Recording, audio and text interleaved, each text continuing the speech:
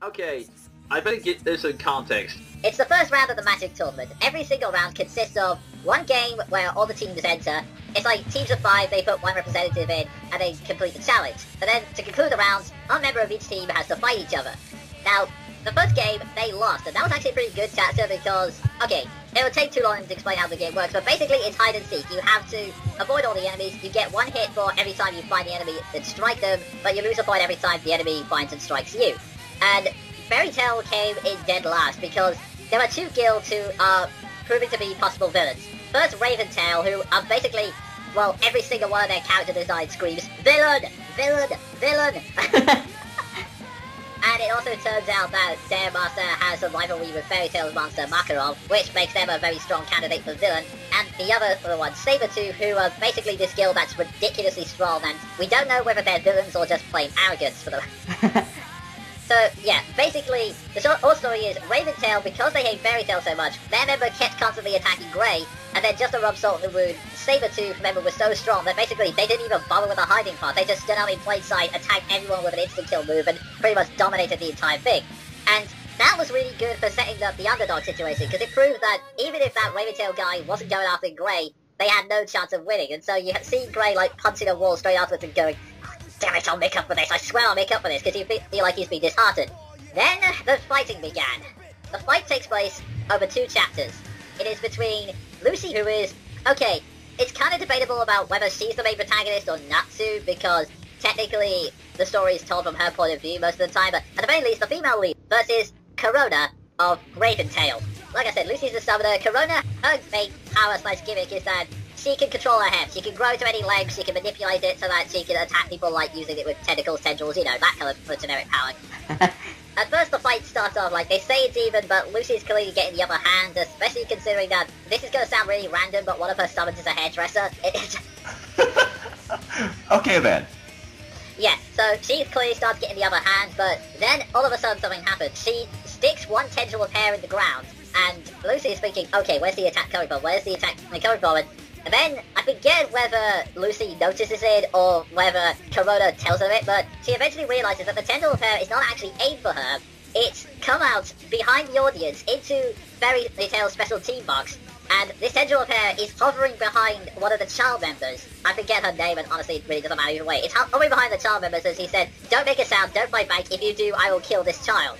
And so, Lucy then has to stand there and take the hit, and then, of course, it turns out, because Masahiro, the writer, has this moment of sticking fan service and fetishes into some of the most awkward situations. Corona turns out to be a sadist, and because she doesn't want Lucy to surrender and basically just end the fight, she basically binds and gags her with her hair.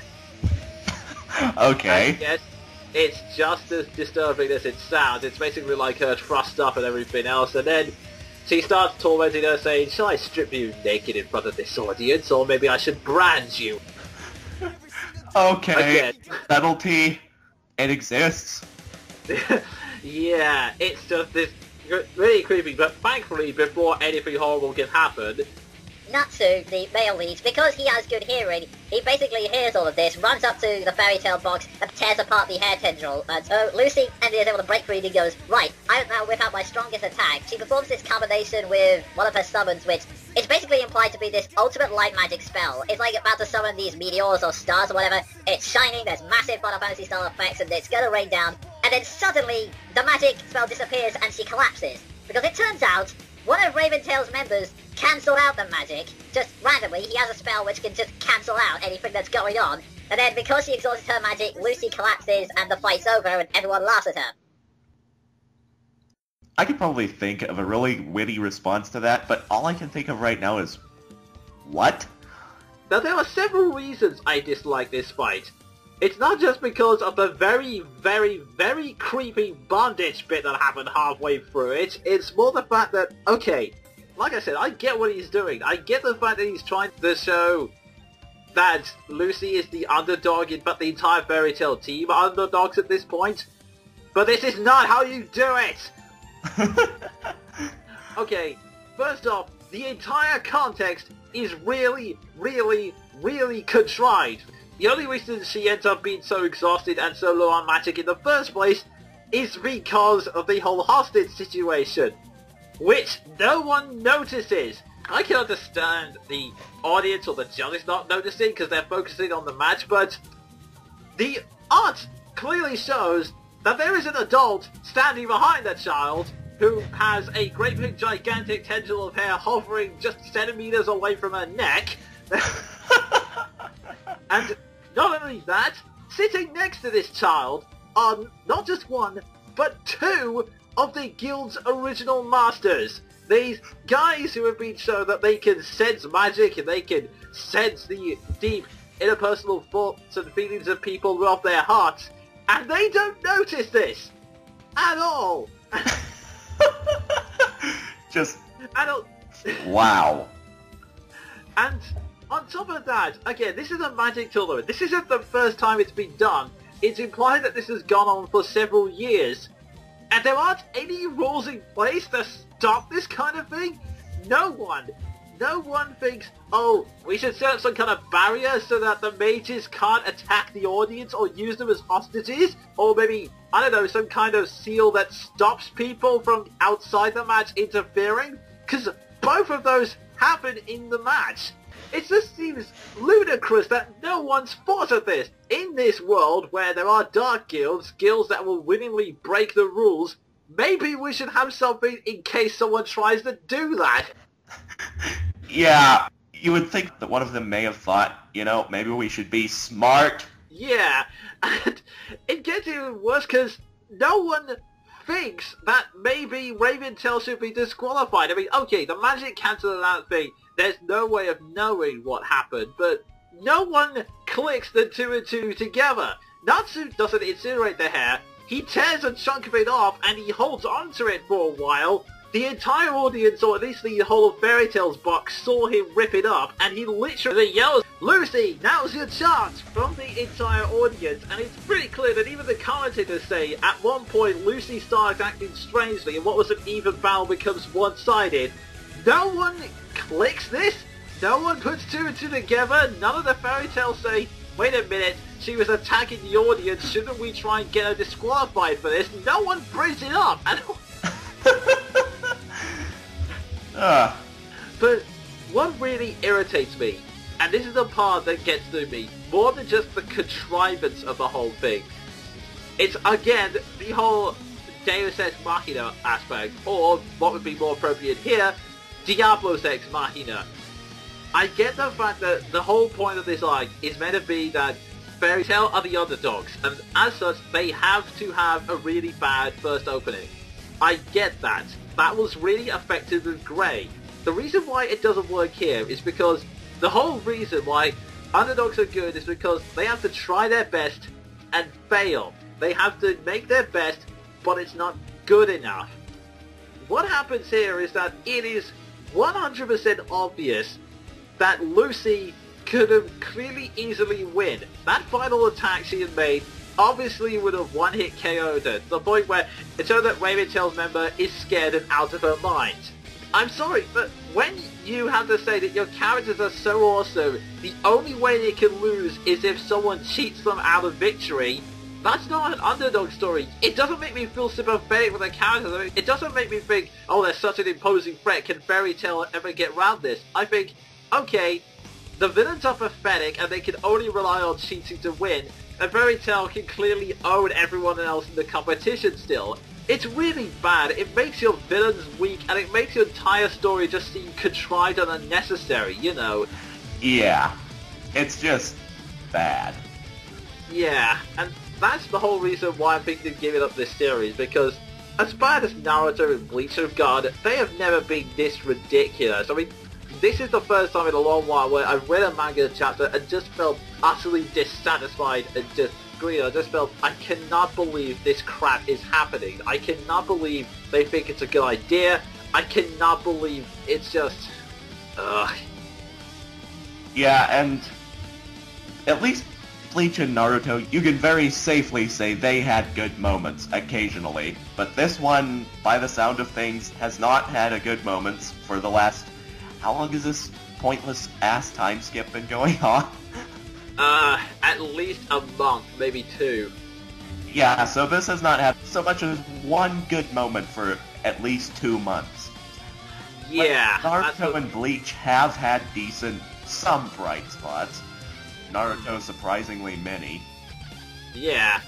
That's the thing, at least they've managed to pull themselves out of the mire for just brief moments, even if it's just coming up for air and then being pulled back down again, but... I'm giving this one last chance. The next 2 chapters had better have something breathtakingly brilliant that makes me want to carry on with the series. If not, I'm dropping it. The characters are cool, but I've had enough of this in all honesty. And it's a shame it's come to that. Hell, it's a shame that major manga in general has come to that, because think of it. Naruto, Bleach, One Piece, and Fairy Tail. 2 are just intense disappointments. One has been kind of questionable from the start, because we've known what its author has tended to do from the start, and the other one has never been good. There's my obligatory let's piss off the One Piece fans of the month. Yes. Anyway, well, anyway, this is getting depressing, so now let's move on to... Quickfire Reviews! This is the section where the 2 of us review everything else we've read, watched, or played, but within a maximum time period of 60 seconds. Like I said, there are only 2 RPGs I've been playing this month, so let's blitz through them. Xenoblade. Now I've played through most of the full game. It is an extremely enjoyable experience. It's full of great characters. I love them all. It's really, really enjoyable. The only thing I have to say against it is that I hate the grinding system. The experience it gives, it's very paltry, and this game is so harsh that just being 2 levels below something means you're going to struggle, and being 4 levels below something means it's a curb-stomp battle and not in your favour. So yeah, really enjoyable game, but the grinding really, really sucks.